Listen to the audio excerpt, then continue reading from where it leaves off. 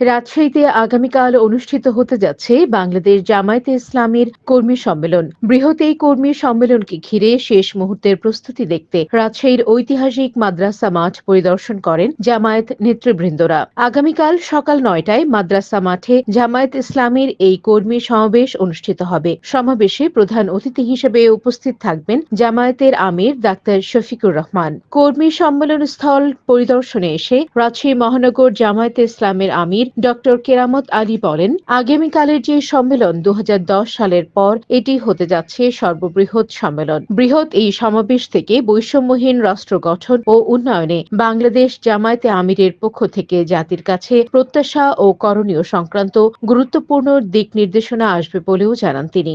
আগামীকালকে যে সম্মেলন অনুষ্ঠিত হবে এটা আমাদের বহুল প্রত্যাশিত সম্মেলন। ২০১০ সালের পরে আমরা এই ধরনের কোনো বড় সমাবেশ কোনো সম্মেলন করতে পারি নাই।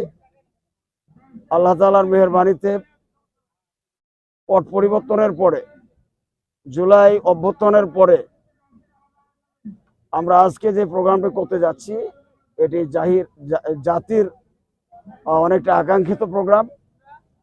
এখানে আমাদের আমির জামাত প্রধান অতিথি হিসাবে জাতির উদ্দেশ্যে মূল্যবান বক্তব্য রাখবেন। আগামী দিনে আমরা কি করতে চাই, বাংলাদেশ জামায়াত ইসলামের ভূমিকা কি হবে,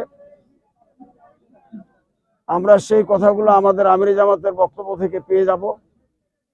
তিনি গোটা জাতির উদ্দেশ্যে জাতির সংস্কার সহ আগামী নির্বাচনের মাধ্যমে জাতির কাছে কি আশা করেন এবং কি আহ্বান করবেন সেটি তিনি বলবেন। তিনি বলেন, জুলাই বিপ্লবের ফলে দেশে যে পরিবর্তনের সৃষ্টি হয়েছে, লক্ষাধিক নেতা কর্মীর এই সমাবেশ থেকে জামায়াতে আমিরের দিক নির্দেশনা সেই পরিবর্তনের লক্ষ্য বাস্তবায়নে ভূমিকা রাখবে।